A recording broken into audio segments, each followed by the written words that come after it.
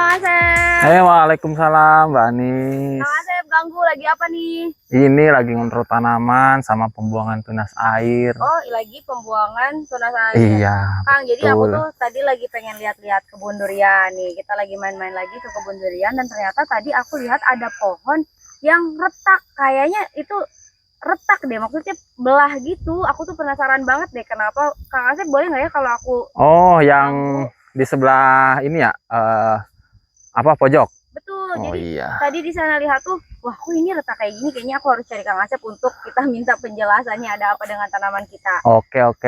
Yo. Boleh kan kita? Boleh, Sana yuk. ya? Nanti Jadi kita ke yang sana. tuh Kang, di pojok. Oke, ayo. Nah, Oh, pohon yang ini ya. ini tuh sebenarnya sudah mengganggu penglihatan Anis dari beberapa minggu lalu, cuma aku baru peringatan lagi ketika tadi akhirnya kesini. Nah, Oh, ini ya. lihat Kang, itu tuh retak gini Kang. Jadi bener-bener kita ini kayaknya di tali-tali di bambu-bambu gitu tuh sama kita juga deh. Iya, betul. Ini Jadi tuh itu kenapa Kang sebenarnya pohon kita tuh? sebenarnya ini dulunya awalnya tidak ada pemangkasan cabang V ya. Oh, ini cabang V yang Nah, pernah disebut di pruning itu. ya yang dulu pernah dibahas tentang pentingnya pembuangan cabang V. Betul. Nah, ini kalau nggak dibuang, nah akibatnya seperti ini. Jadi batang utama sama batang sekunder ini lebih besar batang yang sekunder. Nah, jadi akibatnya dia tidak bisa menopang batang ini, yang batang sekunder, akhirnya belah nih. Nah, Oh gitu. Berarti kalau awalnya betul. karena ketika masih kecilnya dia ya udah V aja biasa gitu. Iya. Nah, ini Berarti juga. awalnya kita pikir itu akan tumbuh dua-duanya dan kuat dua-duanya. Nah, iya betul. Yang mana apabila ada angin besar atau hujan besar, ini sangat rawan banget ini. Kalau cabang V sangat rawan belah. Nah, ini kan udah kelihatan nih. Betul. Ini batang utama sama ini nih hampir sama. Nah, ya. Aturan dari awal, dari kecil, yang dimana kalau udah ngelihat cabang V, itu mending dibuang aja. Berarti dari awal harusnya kita pangkas yang bagian mana nih? Kan ini cabang utama yang itu tuh, kita pangkas Nah, harusnya pangkasnya bisa yang dalam, bisa yang luar. Jadi kita pilih yang bagus, pilih salah satunya aja. Gitu. Tapi itu harus pas dari kecil. Iya, betul. Ya ini kan sebagai bahan pembelajaran kita di sini ya di Gumulong Farm. Jadi kita ngasih contoh satu pohon nih. Oh ternyata cabang V itu resikonya seperti ini nih. Jadi mudah retak, mudah belah, mudah patah. Jadi banyak resikonya lah.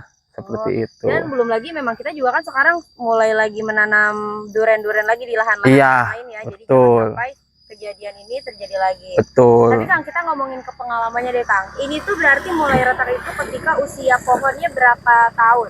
Ini tuh ketika usia pohon menginjak 3,5 tahun nih. 3,5 tahun? Iya. Sekarang usia pohonnya berarti berapa? Ini udah 4 tahun lebih nih, 4,5 tahun. Oh berarti kita udah lama nih di begini ini. Udah lama ini. Ini kan dikasih kawat supaya menghindari retakan lagi ya. Kemarin kan soalnya ini berbuah lumayan cukup banyak. Iya. Nah, sekarang juga ini yang susulan ini cukup lumayan banyak juga nih. Jadi menghindari si cabang yang berbuah ini patah. Jadi kan sayang. Betul. Oke Kang, ini kita ngomongin pengalaman deh Kang, karena sumpah Anis penasaran banget. Pertama kali Akang tahu ini retak itu gimana berarti? Jadi kita lagi ngapain? Lagi kontrol aja kita? Nah iya lagi kontrol. Posisinya itu dulu itu pas lagi ada angin gede. Musim hujan? Ya betul. Pas musim hujan pertama ada cabang yang patah. Cabang patah. Nah pas ngeliat ternyata cabang V-nya itu mulai retak. Nah pas mulai retak akhirnya langsung diantisipasinya pakai kawat sama pakai bambu. Nah, supaya dan langsung kuat sebenarnya itu tuh. Ya ini alhamdulillah nih masih bertahan nih. Berarti ini pengawatan sama yang bambu ini tuh dari awal banget. Iya betul. Belum pernah ganti lagi nih. Betul. Ini nggak pernah ganti lagi nih. Oh alhamdulillah kuat ya. Ini masih bertahan ini. Alhamdulillah ini buahnya juga cukup lumayan banyak juga nih. Ini duri hitam ya jenisnya. Iya sayang banget ini tuh duri hitam. Makanya kan Anis lihat, wah ini duri hitam tapi ini kayak begini pohonnya. Iya. Kenapa? Nah ini juga yang kemarin kita rekor nih duri hitamnya paling besar di Gumulong Farm. Ini pohonnya. Wah. Yang beratnya 4,2. Wow, iya. Ini nih pohonnya. Buat di short itu.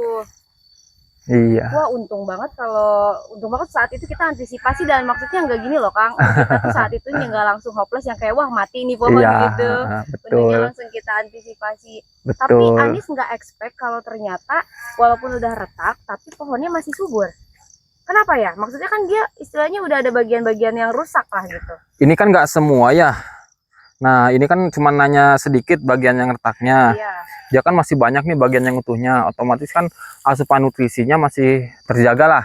Oh gitu. Iya, Jadi masih aman lah. masih aman ya. Jadi asupan nutrisinya terjaga. Pohonnya maksudnya retakannya tidak parah banget. Jadi masih normal lah ini Oh pertumbuhannya. gitu. Cuman ya kita looknya jadi nggak estetik Ya, aja iya gitu. betul. Oh iya. Dan Kang ini karena katakanlah ini bisa dibilang sakit nggak sih pohon tuh, karena kan ada bagian yang rusak ya. Kita ada treatment lain nggak selain akhirnya diikat kayak gini? Kalau Kita untuk kasih sakit obat atau sih ngelihat vitamin? dari kondisi pohon sih, alhamdulillah ini masih aman, masih sehat ya.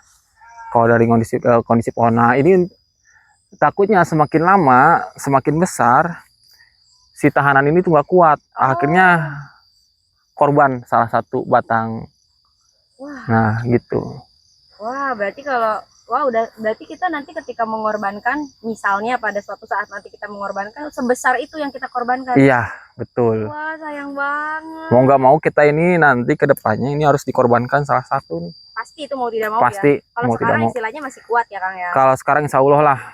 Ini Ini sudah semakin tua. kita mempertahankan buah-buah yang ini dulu nih. Yang susulan-susulan. Iya, ini kan lumayan banyak nih buahnya. Iya, makanya. Terus pemberian pupuk dan lain-lain berarti kita masih normal seperti Ini masih normal, ini masih normal. Oke, wah sayang banget. Oh ini benar-benar berarti pemangkasan cabang V di awal itu penting banget. Sangat penting. Dan itu tuh berarti kita pangkas cabang V itu tuh ketika usia pohon berapa tahun sih Kang? Atau berapa bulan bahkan bibit pohon? Pokoknya antara 1 tahun sampai 2 tahun itu kan kita udah mulai Kelihatan. ya pemeliharaan cabang, apa namanya pembentukan cabang. Dia kalau misalnya ngeliat cabang-cabang V, mending kita pangkas aja. Langsung kita pangkas. Mending kita pangkas saja sebelum nantinya terlambat. Pokoknya Iya. beneran deh. Kalau misalnya durian nih selama aku ngikutin, ya kita sayang juga ya, kita bibitnya mahal, terus nantinya juga kalau pohon besar kan bagus, tapi tetap harus diseleksi. Iya, Buahnya, betul. cabangnya juga harus kita rela potong ya. Betul. Wah. Ini sebagai ikonik Gumolong nih, jadi sebagai bahan pembelajaran buat kita semua, khususnya buat penonton atau petani durian. Nah, ini sebagai pembelajaran resikonya memelihara cabang pi seperti ini nih. Iya. Jadi pokoknya jangan maksain lah. Kita juga tidak menggurui, ini berdasarkan pengalaman kita aja ya. Betul. Kita sharing lah di sini pengalaman yang ada di sini. Kita sharing ke semua petani. Juga ada pengalaman tentang cabang V ini, boleh di-share di kolom komentar. Betul. Nanti kita bareng gitu. Tapi Kang, Akang pernah nggak? Kan pasti Akang juga sering nih ke kebun-kebun yang lain gitu ya. Ya. Kebun-kebun lain, petani-petani durian lain juga pernah nggak ya mengalami hal yang seperti ini? Pasti sih, pasti. Ya, pasti aja. Istilahnya, apalagi untuk para pemula betul, yang tahu. Betul, gitu. Pasti aja ada. Nah itu pentingnya kita saling sharing. Iya. Banyakin ini ilmu tentang perdurianan. Betul. Wah. Nanti kita lihat deh cabang yang ideal tuh yang seperti apa. Cabang yang ideal ya, yang betul. Harus kita pertahankan. Betul. Sama ada ini nggak Kang? Cabang V yang usia 1 tahun 2 tahun yang belum kita seleksi.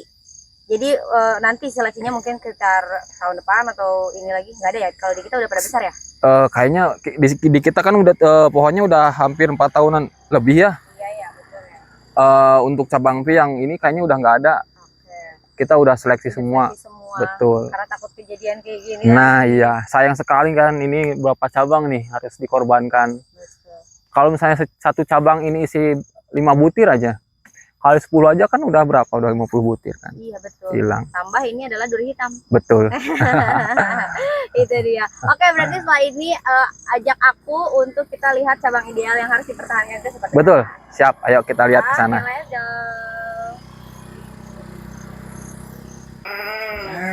Mana Kang ini Kang? Nah ini contohnya yang apa yang tadi dibilangin cabang-cabang ideal.